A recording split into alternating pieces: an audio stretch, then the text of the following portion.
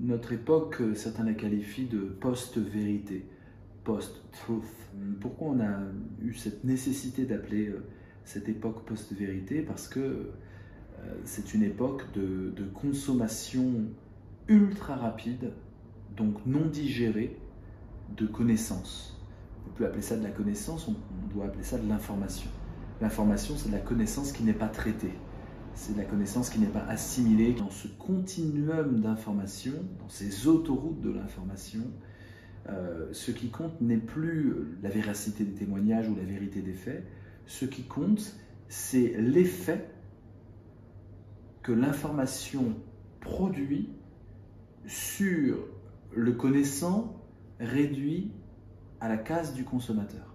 C'est-à-dire que ce n'est plus un apprenant qui cherche l'information pour tisser la connaissance qu'il a du monde.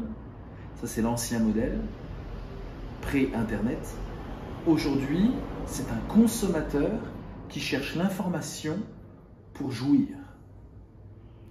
Donc, le critère devient la jouissance, le plaisir, l'excitation, le thrill, le frisson en anglais.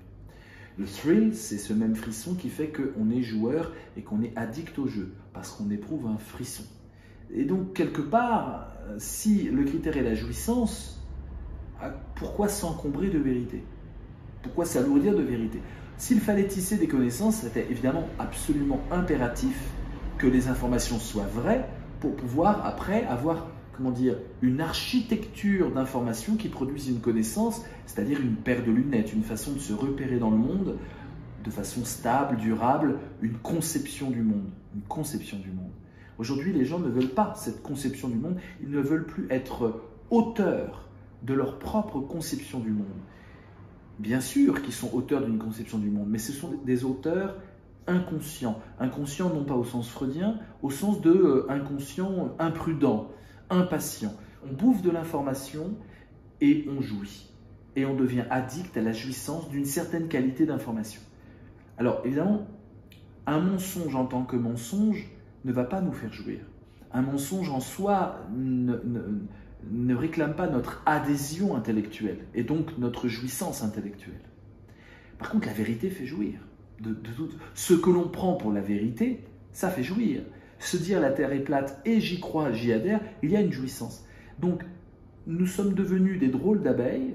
Ce ne sont plus des abeilles qui vont tisser le miel de la connaissance, c'est des abeilles qui consomment de l'information et qui vont sécréter un miel un peu aléatoire, post-vérité, voilà, qui est l'architecture symbolico-cognitive de leur propre jouissance.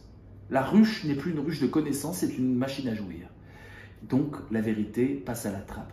Il faut qu'on s'imagine qu'on a affaire à des vérités pour jouir, mais ces vérités n'ont pas besoin d'être vraies. C'est donc des vérités avec des guillemets, c'est des vérités qui passent pour vérité, et c'est là où s'insère la notion de fake news. Il faut que ça soit news, donc vérité, quelque part, information news, c'est une news, c'est-à-dire quelque chose de nouveau qui nous apprend un état neuf du monde, qui réclame toute notre attention, tout notre désir. Ce n'est pas du fake, c'est du fake news. Mais qu'elles soient biaisées ces infos, qu'elles soient fausses, qu'elles soient déformées, exagérées, tronquées, délirantes, peu importe. Je peux suffisamment croire que c'est vrai pour jouir. Évidemment, les fake news sont toujours gorgées d'émotions, sont toujours gorgées de scandales, sont toujours gorgées d'une certaine révélation sur un état du monde qui serait caché.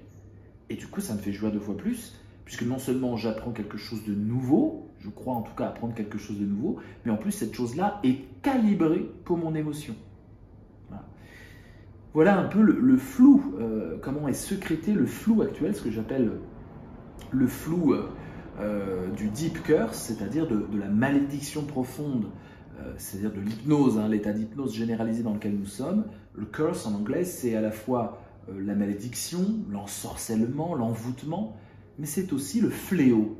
Et le fléau aujourd'hui, c'est le flou, parce que nous ne visons plus la vérité, nous visons l'émotion, une émotion qui doit passer pour vraie pour être encore plus émotionnellement rentable, mais dont la vérité intrinsèque nous importe peu.